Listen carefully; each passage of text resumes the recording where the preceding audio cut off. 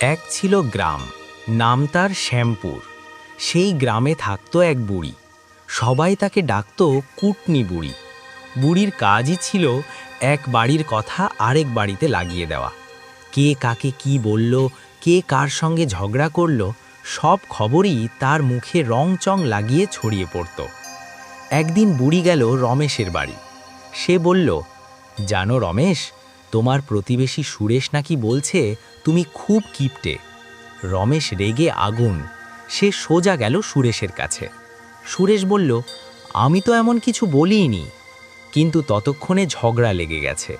এইভাবে বুড়ির কুটনামিতে পুরো গ্রামে অশান্তি ছড়িয়ে পড়ল।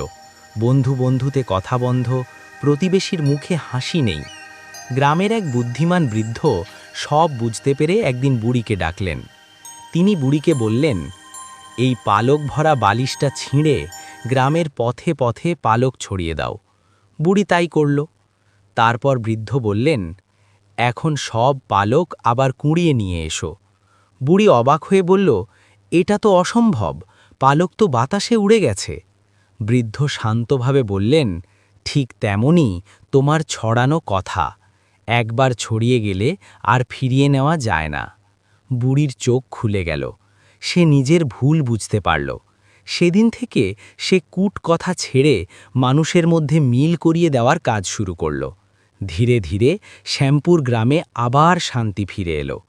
গল্পের শিক্ষা: কথা বলার আগে ভাবা উচিত, কারণ কূটকথা মানুষের মধ্যে অশান্তি ছড়ায়।